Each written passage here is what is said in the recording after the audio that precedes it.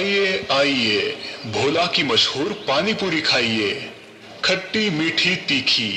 आइए आइए आइए, भोला की मशहूर। ये है भोला पानीपुरी वाला, जिसका गांव में एक पानीपुरी का ठेला है, जिसमें हमेशा यही विज्ञापन बजते रहता है।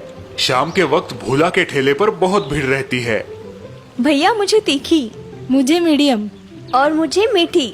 भोला सभी ग्राहकों को उनकी इच्छा अनुसार पानीपुरी खिलाया करता था। रात को 9 बजे भोला अपना ठेला बंद किया करता था और वही बैठकर दिन की कमाई का हिसाब लगाया करता था। आज बिकी 100 प्लेटें पानीपुरी, मतलब आज की कमाई हुई 1000 रुपए और खर्चा हुआ 300 रुपए। दिन ब दिन अपनी बढ़ती कमाई देखकर भोला बहुत खुश था। हर बीते दिन के साथ भोला का व्यापार बढ़ता ही जा रहा था। अब वो अकेला इतने सारे ग्राहकों को नहीं संभाल सकता था। भैया मुझे तीखा। मुझे भी तीखा। मुझे भी। अब भोला को लगने लगा कि उसे कोई सहायक रख लेना चाहिए। अगले दिन जब भोला अपना ठेला लगा रहा था तो उसका दोस्त कृष्णा उसके पास आया। तो भाई भोला, क्या हालचाल है? एकदम बढ़िया, तू बता। बस वही काम ढूंढ रहा हूँ। बहुत सही समय पर आया है तू। मैं अपनी मदद के लिए एक सहायक ढूंढ रहा हूँ।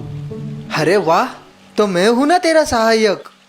भोला को अपना सहायक मिल गया और कृष्णा को अपनी नौकरी। उसी दिन से कृष्णा भोला की मदद करने लगा। अब जब भी भीड़ होती तो भोला को कोई परेशानी नहीं होती, क्योंकि कृष्णा उसकी मदद किया करता था। वे दोनों सारा काम साथ में करने लगे और हमेशा की तरह आज भी ठेला बंद करने के बाद भोला हिसाब लगाने लगा। आज कुल 180 प्लेटें पानीपुरी बिकी, मतलब 1800 रुपए। खर्चा हुआ 400 रुपए, पूरे 1400 रुपए का मुनाफा। अच्छा है, ये लो भाई कृष्णा, तुम्हारे 300 रुपए। अगले कुछ दिनों तक कृष्णा ने भोला के साथ काम किया और भोला उसे उसकी मजदूरी दे दिया करता था। पर भोला का मुनाफा देखकर कृष्णा को जलन होने लगी। एक सुबह कृष्णा हिसाब करने बैठा। एक दिन के 300 रुपए, पिछले एक महीने में मैंने 9000 रुपए कमाए हैं। ये तो ठीक है, लेकिन भोला रोज का 1200 रुपया मुनाफा कमाता है। इस हिसाब से वो 36,000 रुपए कमाता है। बाप रे, ये तो बहुत ही ज्यादा है। कृष्णा सोचने लगा कि कैसे वो भी भोला की तरह ज्यादा पैसे कमाए। अगर मैं भी पानीपुरी का ठेला लगाऊं तो? और बस तब से कृष्णा भोला के पीछे लग गया। भाई, ये ठेला लगाने में तो बहुत ज्यादा पैसे लगे होंगे ना? तुमने इतने सारे पैसे कहाँ से लाए? ज्यादा नहीं, बस 3000 लगे थे और उसके लिए मैंने अपनी माँ के कंगन गिरवी रखे थे। भोला कृष्णा को अपना दोस्त समझकर सब कुछ बताता रहा। अगले दिन, भाई मैं सोच रहा हूँ अगर तुम मुझे सामान कहाँ मिलता है ये बता देते तो रोज मैं सामान ले आता, तुम्हारा भार कम हो जाता। हाँ क्यों नहीं कृष्णा। भोला को कृष्णा पर पूरा विश्वास था। भोला उसे अपने साथ बाजार ले गया और उसे सब दुकानें बताई जहां से वो सामान खरीदता था। कुछ दिन बाद, अब मुझे हर चीज पता है और मेरे पास पैसे भी है। यही सही समय है अपना ठेला डालने का। और अगले दिन भोला के बगल में एक और पानीपुरी की गाड़ी खुली। कृष्णा की मजेदार पानीपुरी, आइए चखिए, नए जमाने की नई पानीपुरी। कृष्णा का ठेला देखकर भोला दंग रह गया। तूने मेरे साथ धोखा किया? मैंने कोई धोखा नहीं किया, ये दुनिया का दस्तूर है। चेला कभी ना कभी गुरु पर भारी पड़ता ही है। मैं ही मूर्ख था जो तुझे अपना दोस्त समझ बैठा था। अब गांव में एक साथ 2-2 विज्ञापन सुनाई देने लगे। आइए आइए, भोला की मशहूर पानीपुरी खाइए, खट्टी मीठी तीखी। आइए आइए आइए, कृष्णा की मजेदार पानीपुरी, आइए चखिए, नए जमाने की नई पानीपुरी। और इस वजह से भोला के ग्राहक भी कम हो गए। उसके आधे ग्राहक कृष्णा के ठेले पर जाने लगे। मुझे तीखी चाहिए। इतनी बस या और तीखी?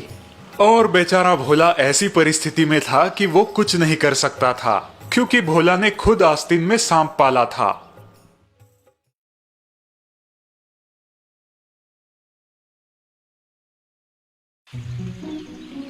पवन एक मैकेनिक था जिसका गांव में एक गैरेज था।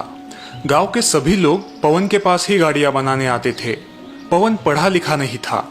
बेटा मनीष, स्कूल जाओ, स्कूल का समय हो गया है। पवन अक्सर अपने बेटे मनीष को स्कूल जाने और पढ़ने लिखने के लिए कहा करता था, लेकिन मनीष पढ़ाई लिखाई में कमजोर था। मनीष, बोलो 4 पंचे कितना? वो मास्टर जी 16। वाह, 4 पंचे 16, बहुत अच्छे। अब हाथ आगे करो। मास्टर जी मनीष को छड़ी से मारा करते थे। अक्सर मनीष सालाना परीक्षा में फेल हो जाता था और फिर पवन उसे बैठकर समझाता था। बेटा देखो, मैं तो पढ़ नहीं पाया क्योंकि मेरे घर की हालत खराब थी, लेकिन मैं चाहता हूँ कि तुम पढ़ो लिखो, बहुत बड़े आदमी बनो और अपनी खुद की आलीशान गाड़ी में घूमो। पापा मैं बहुत मेहनत करता हूँ, लेकिन मुझसे नहीं हो पाता। बेटा और मेहनत करो। साल बीते और मनीष उसी तरह परीक्षा में फेल होता गया। अब पवन ने मनीष से उम्मीद ही छोड़ दी थी कि वो कभी पढ़ पाएगा। बेटा मनीष, कल से गैरेज आया करो, कम से कम कुछ काम तो सीख लो। और अगले दिन से पवन अपने बेटे मनीष को गाड़ियां बनाना सिखाने लगा। मनीष को भी गाड़ियां बनाने का काम बहुत पसंद था। कुछ वर्ष बाद मनीष पवन से भी होशियार मैकेनिक बन गया और पवन बुढ़ापे के कारण बीमार हो गया। मेरी बड़ी ख्वाहिश थी कि तुम पढ़ो लिखो, बहुत बड़े इंसान बनो और अपनी खुद की आलीशान गाड़ी में घूमो। अब मैं पढ़ नहीं पाया तो क्या करे, लेकिन गाड़ी में जरूर घुमाऊंगा आपको, और वो भी खुद की गाड़ी में। उस दिन मनीष ने ठान लिया कि वो अपने पापा की इच्छा पूरी करेगा और खुद ही अपने लिए एक कार बनाएगा। उसने पूरी लगन के साथ अपना काम शुरू किया। लगभग 2 साल बाद मनीष की मेहनत रंग लाई और उसने खुद के लिए एक शानदार कार बनाई। देखो पापा, मैंने कहा था ना कि मैं आपको अपनी खुद की बनाई हुई कार में घुमाऊंगा। मुझे तुम पर बहुत गर्व है बेटा। चलो, तुम्हारी इस नई कार का उद्घाटन हम देवी माँ के दर्शन से करते हैं। दोनों बाप बेटे अपने लंबे सफर पर निकल पड़े। कई किलोमीटर चलने के बाद पवन के मन में एक ख्याल आया। अरे बेटा मनीष, कार में पर्याप्त डीजल तो है ना? हम काफी दूर आ चुके हैं, डीजल खत्म ना हो जाए। अरे पापा, उसकी कोई जरूरत नहीं। ऐसे कैसे?